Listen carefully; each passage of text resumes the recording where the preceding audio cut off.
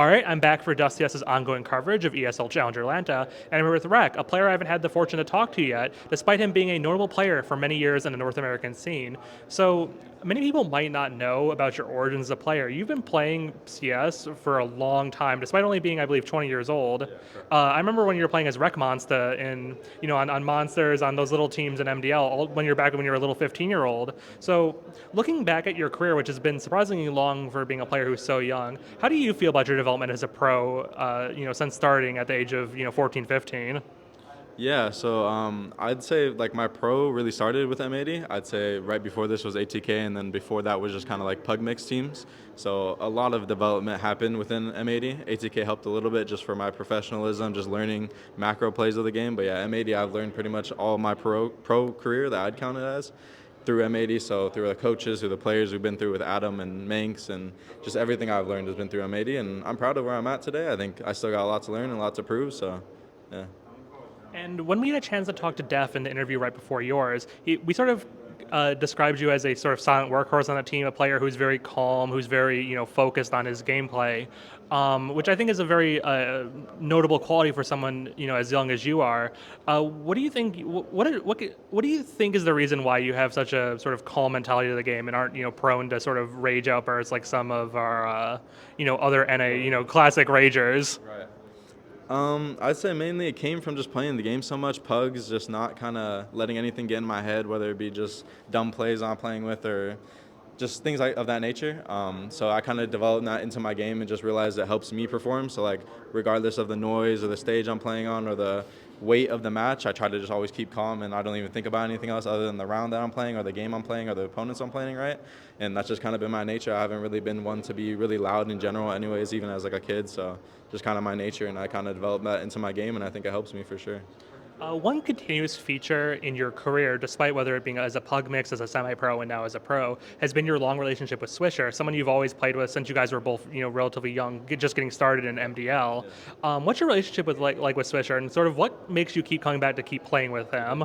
I think everyone knows he's just a good worker, man. He's a good teammate, he's a good friend, everything. So obviously it was a pleasure to come play with him. I think I started playing with him at like a land in California. It was in Oakland land, I believe, or maybe not. It was one of the lands in Cali, and yeah, ever since then, I just like I said, he's just a good teammate, good worker, good friend. So it's hard to not want to play with him, right? So yeah.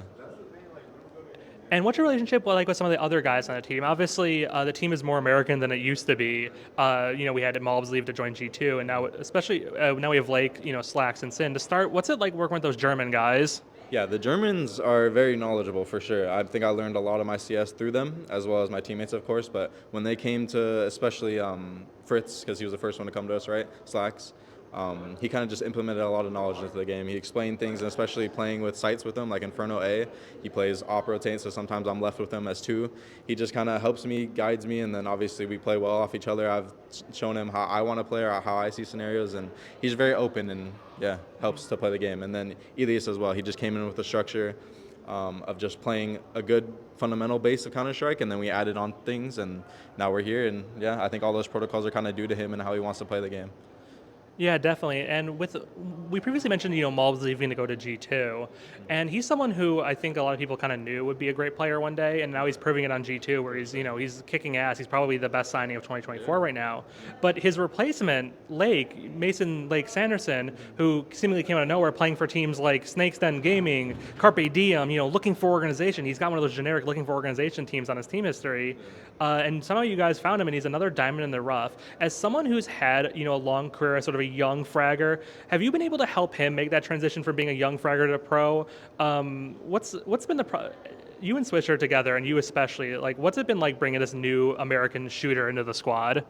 Yeah, so I'd say I'm not like the main guy helping him, but I think I'm able to just relate with him as well as he's like a cool guy to chill out with, right? He's around my age, closer at least. So just having him in the team helps for sure. I think it was very surprising to me how he came onto the team. I didn't know much about him before we came onto the team before Mario. Obviously, we looked into him and stuff like that.